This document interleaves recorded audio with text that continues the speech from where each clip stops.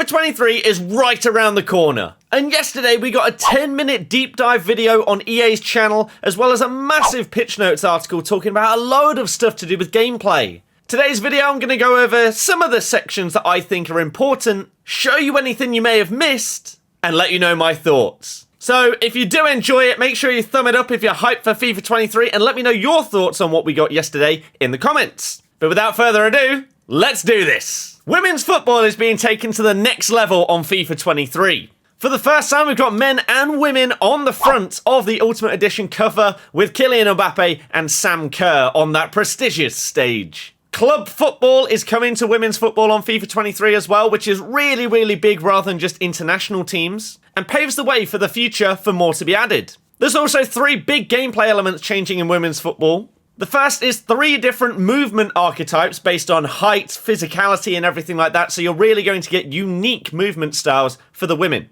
There's signature running styles for players such as Sam Kerr and some of the other big names in the game. And also women's only animations, so not just when they're on the ball, but some of the idle animations where they're adjusting their socks and everything like that are all going to be unique to the women. Are any of you interested in playing more women's football in FIFA 23? Let me know. Acceleration and technical dribbling are changing massively in FIFA 23. There are 3 acceleration types: explosive, controlled, and lengthy. Explosive is what you're going to see from players like Vinicius Jr. that are small and very, very high agility and acceleration. They're going to burst away from players with their first touches. Whereas lengthy is more for centre-backs and big strikers like Vlahovic and everyone like that.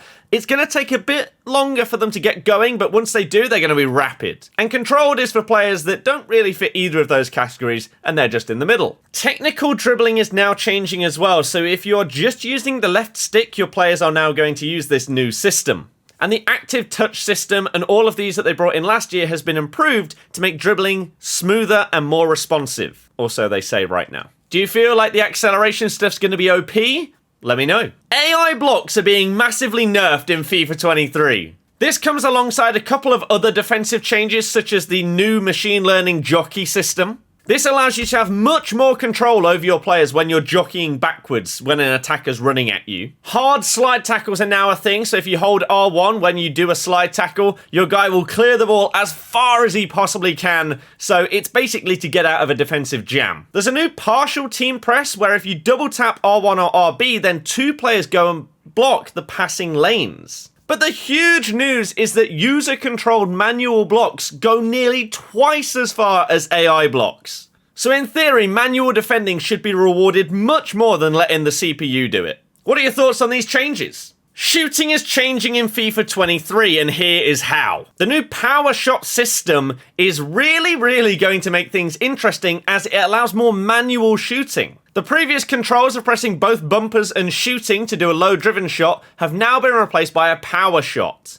You need a lot more space around your player as it takes time to wind up the shot, and the actual aiming of the shot is more manual, so you need to be more precise. And EA say that they're adding it to try and make it so that the more manual you play, the more you're rewarded. Do you think that FIFA should be going down the route of trying to be a more manual game rather than letting the AI assist everything? I personally do. Free kicks and corners are another thing in FIFA 23 that are completely changing once again.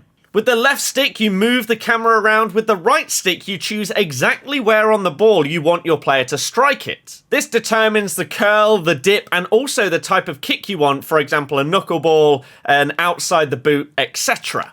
And defensively, to counter this, you are now able to put a player lying down behind the wall. Now, this is necessary because of the way that the free kicks have changed. Going under the wall is actually now viable. I don't know why they made the free kicks so bad in FIFA 22, but this looks like a welcome change, and hopefully skill-based free kicks are coming back to FIFA in number 23. Manual throw-ins also now exist, so instead of pressing pass, you can press through ball, and it will throw it exactly where you are aiming. Also, goal kicks have been made more consistent with where the ball goes and how short your players are and how far up the field they go. So some good set-piece changes. FIFA 23 is changing penalties once again completely. So there is now a composure ring rather than timed finishing. A player with higher composure will more easily be able to bang the ball top bins, and you basically have a ring that shrinks and you have to try and time it, even though it's apparently not time finishing, as close to the green as possible. The more power you put on, the closer to the top bins it will be, but if you get the circle really big or you put too much power on, it will go wide. This now means that shot power, penalties and composure are all very important stats when it comes to penalties. And also in the EA clip, it doesn't appear that Benzema turns his head when he takes the penalty, so that may also be removed as well. Finally, passing is getting a slight rework in FIFA 23 this year. They're trying to make it more manual, and so they're improving semi-assisted passes, through balls, lob through balls, and crossing. This is to try and add more of a skill gap in the game rather than the game just deciding, oh, you press through ball over there? Nah. We're going to make it go in a different direction. The crossing zone in the game has also been expanded so that instead of doing a lob when it should really be doing a cross, that will now be fixed. Goalkeepers' passing has been improved regardless of their long and short passing stats. You can now do outside of the foot shots and passes by holding down the left trigger. And there's loads of new animations for fancy passes, including off of the buttocks. EA's words, not mine. Skill moves in FIFA 23 are getting a massive upgrade, and some of these have been needed for years. Left-footed skill moves are finally a thing, so if you're using someone like Riyad Mahrez, then when he does an elastico, he will actually do it with his left foot instead of his right. You have explosive fake shots, which are now a 4-star skill move, and they use Mbappe as the example. Not entirely sure what the difference is, but could be really effective. They've also added in some other skill moves, which you'll see on the screen as well. A 5-star one and a 4-star one. Looking really nice. I personally am always happy when they make skill move changes because it's one of the parts of the game that is actually fun each year. And so to finally get left-footed skill moves, I don't know how it's taken this long, but I absolutely love it. New skill moves being added are always fun as well, and I'm really interested to see how the fake shot changes are going to come into action this year. Do you like skills? Do you do them a lot? Do you think they need improving? Do you think they need nerfing? I'm interested to hear. There are some huge rule changes coming in FIFA 23 that we haven't had in the game before. Fitting in with real life, 5 subs is now going to be the norm in FIFA 23. Now, whilst this won't make a lot of difference in things like FUT champs,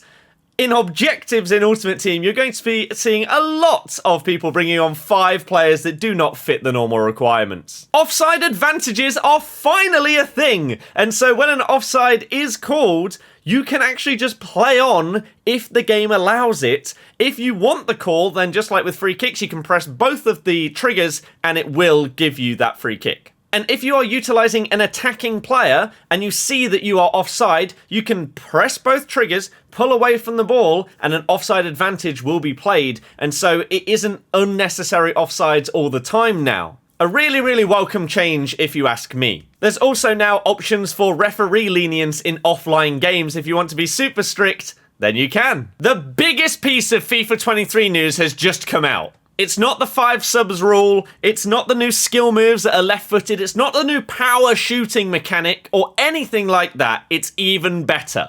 The fingers of goalkeepers now move when they save the ball. A groundbreaking new mechanic added into FIFA 23 means that individual fingers, as well as other parts of other players, are going to move when the ball strikes them. If the ball is shot at a player's foot, then it will ping back and break their ankle and then go back into place. If it hits their thigh, then their entire leg will shake.